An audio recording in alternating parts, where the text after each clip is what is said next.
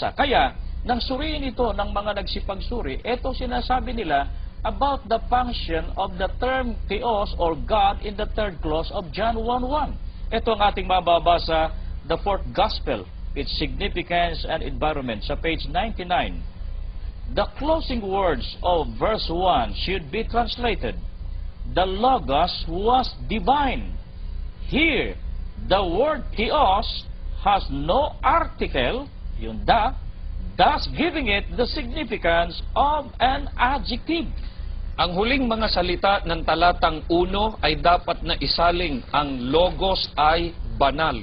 Dito, ang salitang Theos ay walang pantukoy na siyang nagbibigay rito sa Theos ng kahulugan ng pagiging isang pang-uri. So, adjective kung gayon ang function noong the Word was God. Hindi po sinabing the Word was the God or